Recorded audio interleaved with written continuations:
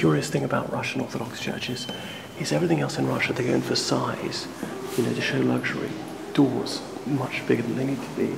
Like, you know, I could stretch my hands up, still not reach the top. Wide enough for two of me to go through. Corridors you could drive a car down. But then churches aren't like that. It's all about intricacy and being divided. Mystery, dark, priests chanting behind screens you don't get to see in, you know, old church Slavonic, which ordinary people can't comprehend. And then the sort of maze like this. So whereas the Catholic cathedral would be a huge space, ideally, and that would emphasize majesty and power.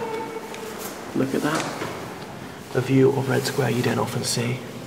And I was reading the front of this statue, and on the pedestal, it's got a letter I, which they don't have in Russian. Normally they got it in Ukrainian, for example. Maybe in antiquated form of Russian they had it.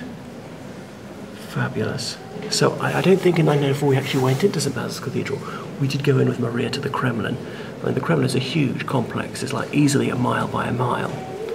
I've been in the Alexandrovsky Gardens yesterday. I can't remember what this sort of fountain thing is. I mean, there's no actually fountain in the middle of it, but there's some Russian inscription about the engineer who ordered it to be built.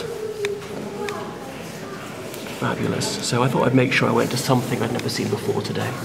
Make the most of the day. Unfortunately, my Itza's very ill. She's got a brain tumour, so being honest with ourselves, she doesn't have long to live. We're very lucky if she's still around in a year. So a reminder not to waste time, to make the most of each day. And look at these screens.